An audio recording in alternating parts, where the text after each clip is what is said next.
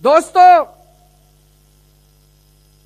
भगवान राम 14 वर्ष का वनवास पूरा करके वापस आते हैं, अयोध्या के राजा बनते हैं। उनके राजपाट में चारों ओर सुख शांति है, विकास ही विकास है, लोगों को किसी तरह की कोई परेशानी नहीं है।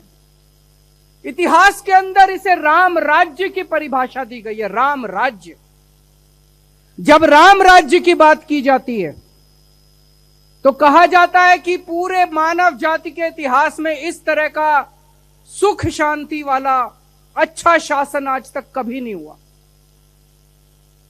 रामायण के अंदर इसका कई चौपाइयों और दोहों के अंदर विवरण है, मैं एक बस पढ़ के सुनाऊंगा। दैहिक दैविक भौतिक तापा, राम राज नहीं काहू ही व्यापा। दैहिक दैविक भौतिक तापा, राम राज नहीं काहू ही व्यापा। अर्थात राम राज में दैहिक दैविक भौतिक दुख किसी को नहीं होते।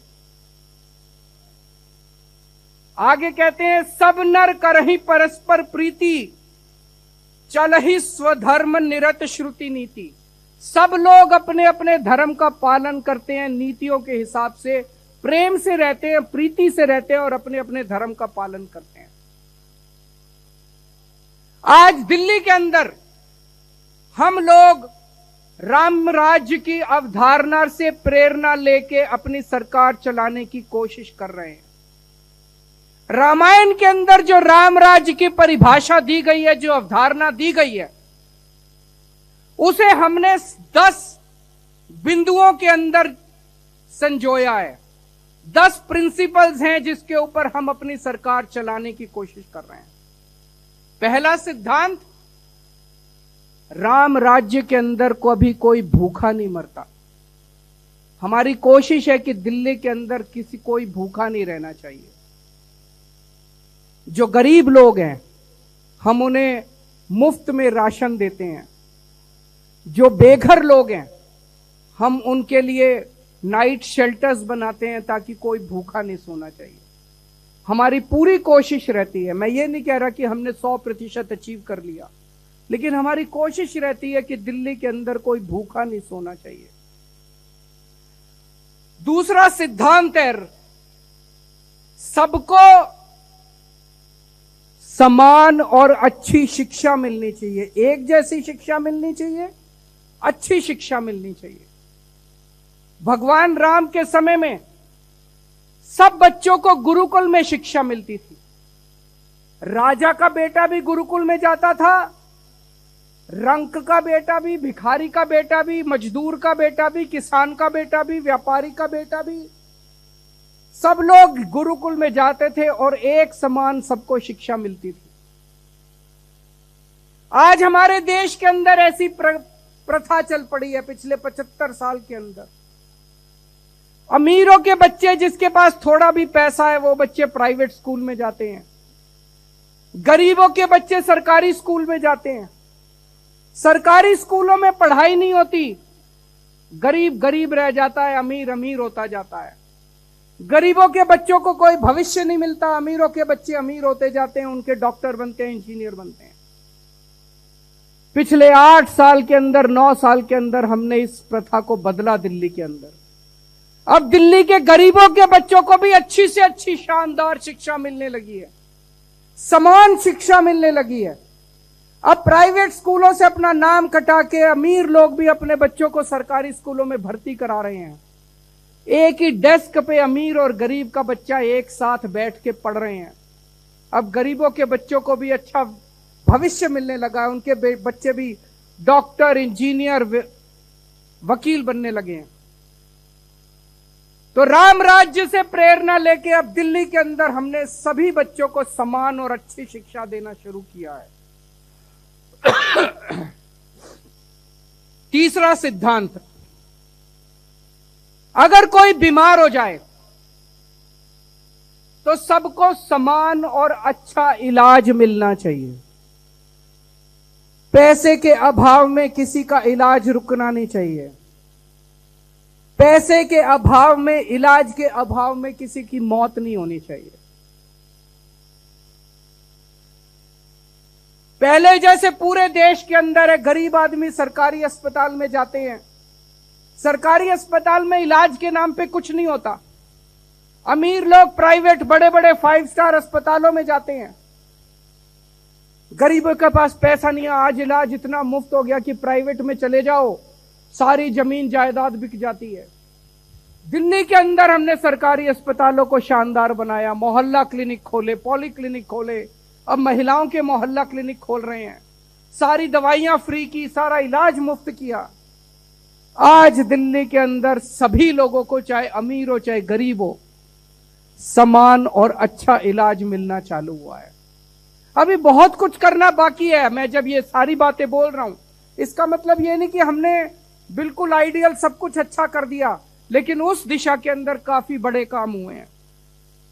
चौथा सिद्धांत, 24 घंटे बिजली आनी चाहिए। और अगर कोई गरीब है तो उसको भी बिजली मिलनी चाहिए, उसके पास अगर पैसे नहीं है बिजली देने के। आज बिजली कोई ऐशो आराम की चीज नहीं है। बिजली भी आज नेसेसिटी है। बिना बिजली के गरीब आदमी का भी इलाज नहीं चलता।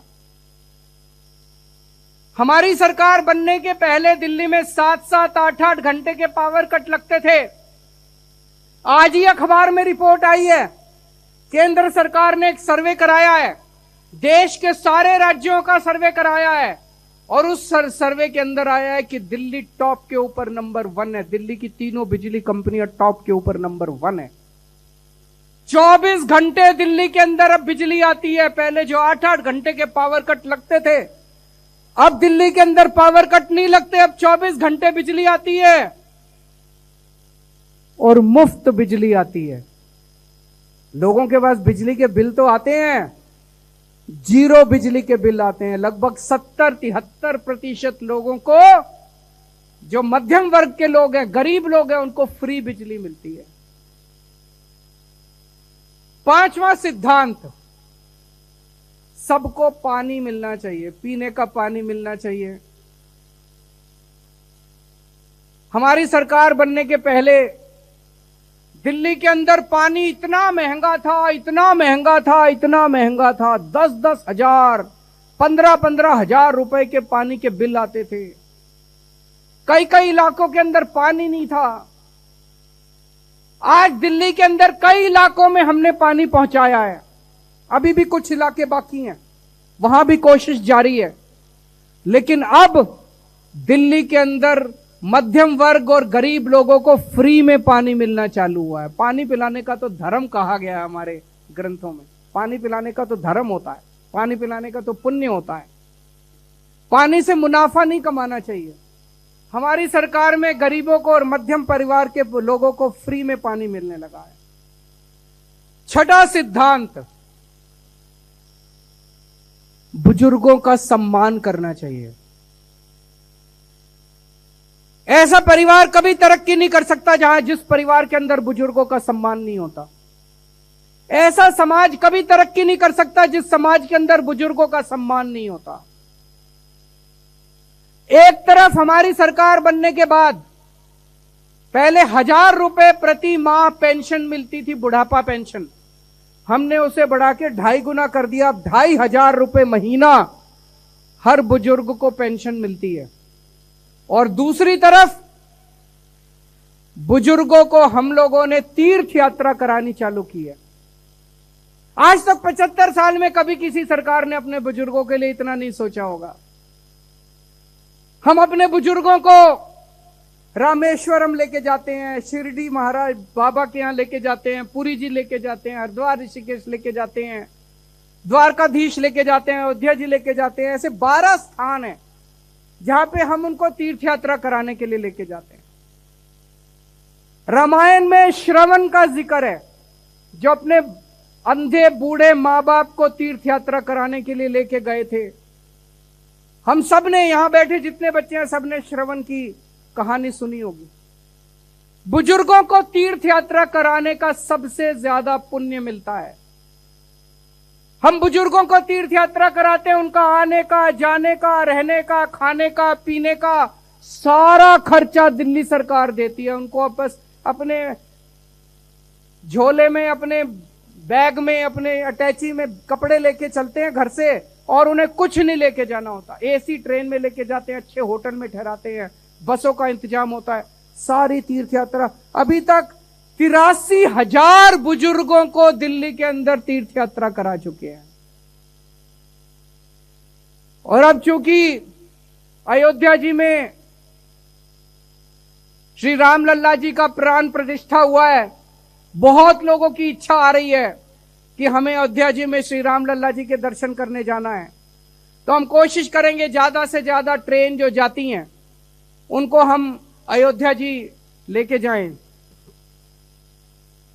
7वां सिद्धांत है, हर व्यक्ति सुरक्षित महसूस होना चाहिए। महिलाओं की सुरक्षा बेहद जरूरी है। महिलाएं अपने आप को सुरक्षित महसूस करें। दिल्ली में कानून व्यवस्था हमारे पास नहीं है, दिल्ली में पुलिस हमारे पास नहीं है, लेकिन जो कुछ हमारे पास है हम उसके अंदर अपनी कोशिश करते हैं कि जो कुछ हम कर सकते हैं हम करें। पूरे दिल्ली के अंदर आज सीसीटीवी कैमरों का इतना बड़ा नेटवर्क बन गया है, इतना बड़ा नेटवर्क बन गया है। सीसीटीवी कैमरे से लोग अपने आप को सुरक्षित महसूस करते हैं। जो अपराधी है उन्हें डर रहता है कि अगर हम कोई गलत काम करेंगे तो हम पकड़े जाएंगे, और सीसीटीवी के माध्यम से दिल्ली पुलिस आज बड़े बड़े अपराधों को सॉल्व करने में सक्षम हो रही है। आपको जान के खुशी होगी कि आज केवल मात्र 7-8 साल के अंदर हमने दिल्ली के अंदर इतना बड़ा सीसीटीवी कैमरों का नेटवर्क बना दिया, जो दुनिया के अंदर सबसे ज्यादा सीसीटीवी कैमरे आज दिल्ली के अंदर हैं। New York, Washington, Tokyo, London, Paris, Canada, कोई दुनिया का शहर ले लीजिए, हर शहर से ज्यादा सीसीटीवी कैमरे दिल्ली के अंदर है। सबसे ज्यादा डेंसिटी सीसीटीवी कैमरे की आज दिल्ली के अंदर है। उसी तरह से हमने कोशिश की है कि रात के वक्त स्ट्रीट लाइट्स, कोई स्ट्रीट लाइट नहीं होनी चाहिए। जो डार्क एरियाज हैं वहां पे स्ट्रीट लाइट्स लगवाने का प्रयास किया गया है। अभी भी कुछ एरियाज ऐसे हैं डार्क एरियाज, वहां भी लगवा रहे हैं, लेकिन पूरी दिल्ली के अंदर डार्क एरियाज को चिन्हित करके सब जगह स्ट्रीट लाइट्स लगाने का प्रयास किया गया है। 8वां सिद्धांत, सबसे जरूरी सिद्धांत, रोजगार। आज बेरोजगारी इतनी ज्यादा फैल गई है, बच्चे डिग्रियां ले लेके घूम रहे हैं, उनके पास रोजगार नहीं है, और बिना रोजगार के घर का खर्चा नहीं चलता। घर कैसे चलेगा? बेरोजगारी आज देश के सामने सबसे बड़ी समस्या बन गई है। उसको दूर करने के हमने कई प्रयास किए। एक तरफ दिल्ली सरकार कई तरीके से कई लोगों को रोजगार दे रही है, सरकारी कई नौकरियां निकल रही हैं। हमने ढेरों मोहल्ला क्लिनिक खोले, उनमें लोगों को रोजगार मिला। हमने door step delivery of services किया, उसमें लोगों को रोजगार मिला। हमने ढेरों नए स्कूल खोले, उसमें युवाओं को रोजगार मिला। ढेरों रोजगार मेलों का आयोजन किया गया, जहां पे कंपनियों को बुलाया गया, युवाओं को बुलाया गया, वहां पे युवाओं को रोजगार मिला। जॉब पोर्टल बनाया गया, उस जॉब पोर्टल पे लगभग 10 से 12 लाख नौकरियां निकली, वहां पे बच्चों को रोजगार मिला।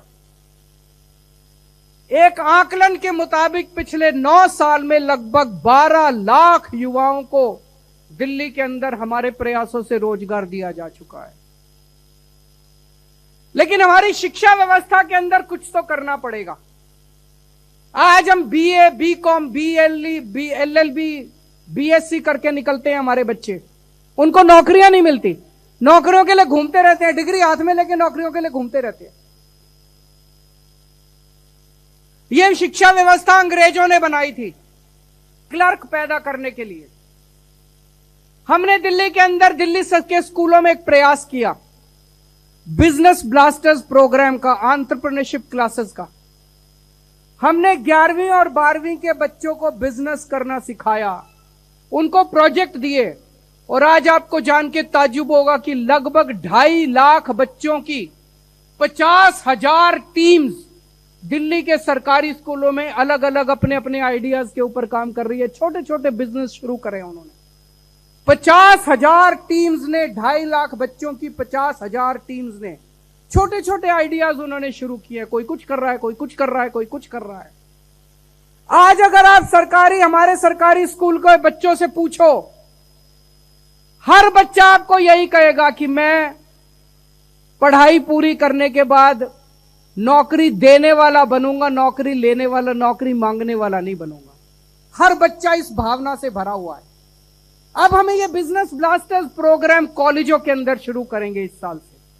इस साल बजट के अंदर उसका प्रावधान किया जाएगा और कॉलेज से पास आउट होने वाले बच्चों को ये प्रोजेक्ट शुरू करने की प्रेरणा दी जाएगी कि पास आउट होने के 1 साल पहले से आप कॉलेज में रहते रहते अपने छोटे छोटे बिजनेस आइडियाज के ऊपर काम करना चालू करो। एक टीम अगर एक बिजनेस आइडिया पे काम करती है तो कम से कम 8 से 10 और बच्चों को नौकरी देती है। अगर हमने ये भावना बच्चों में भर दी कि मुझे बिजनेस करना है, मुझे धंधा करना है, निकलने के बाद मुझे नौकरी मांगनी नहीं है, मुझे नौकरी देने वाला बनना है, मुझे लगता है कि हमारे देश के अंदर रोजगार की समस्या दूर हो सकती। एक और बात है, अक्सर हम सुनते हैं भारत को हमें $3 ट्रिलियन इकोनॉमी बनाना है, भारत को हमें $4 ट्रिलियन इकोनॉमी बनाना है, भारत को हमें $5 ट्रिलियन इकोनॉमी। बहुत अच्छी बात है, हमें भारत को $5 ट्रिलियन इकोनॉमी बनाना चाहिए।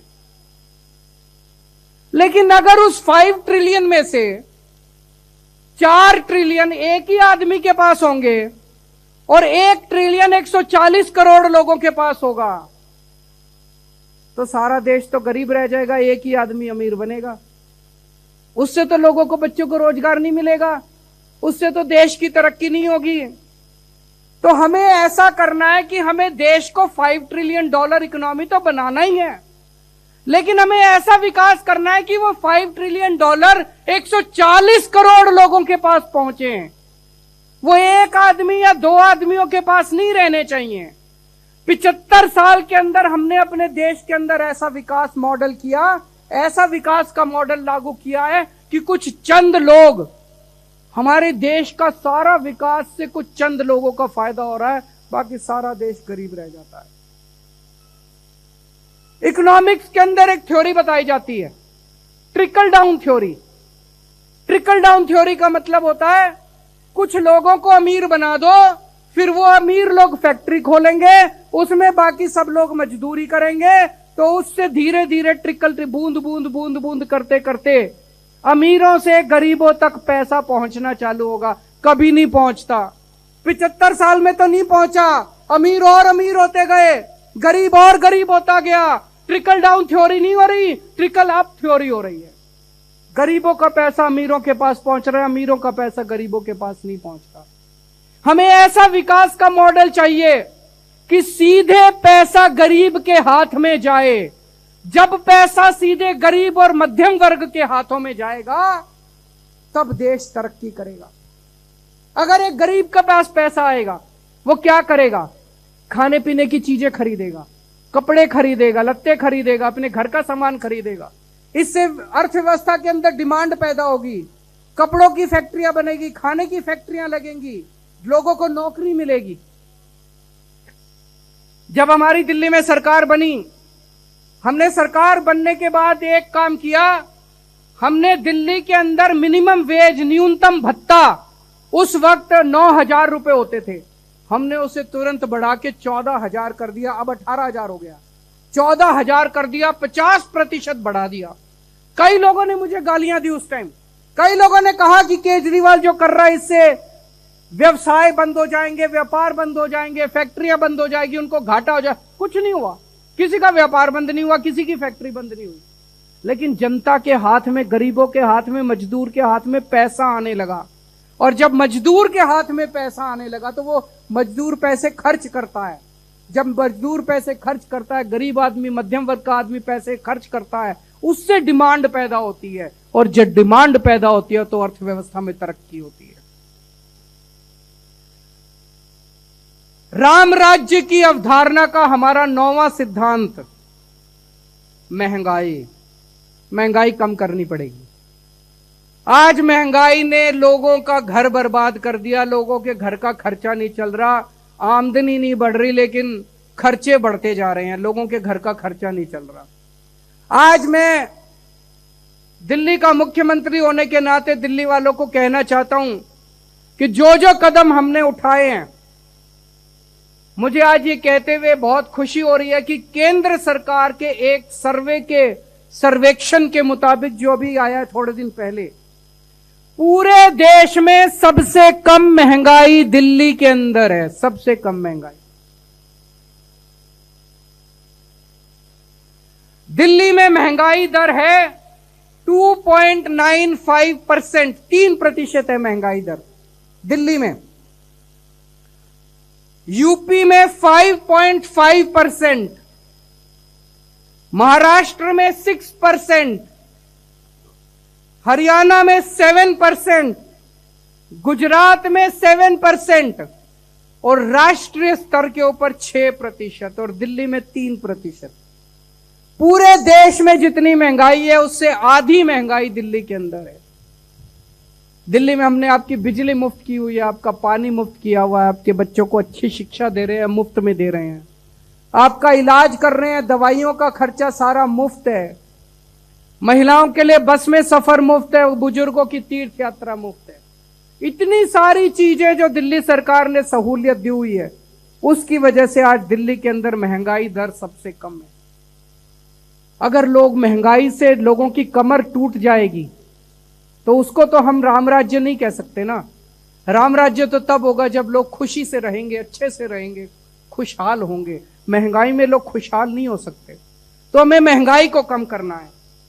और 10वां और आखिरी सिद्धांत,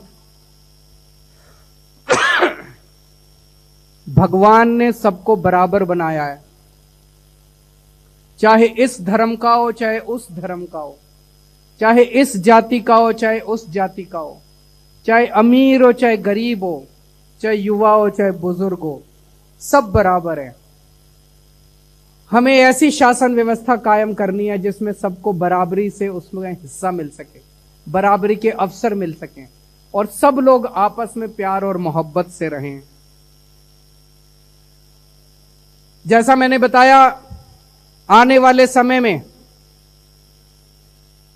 हम कोशिश करेंगे ज्यादा से ज्यादा लोगों को अयोध्या जी में दर्शन कराने के लिए लेके जाने की।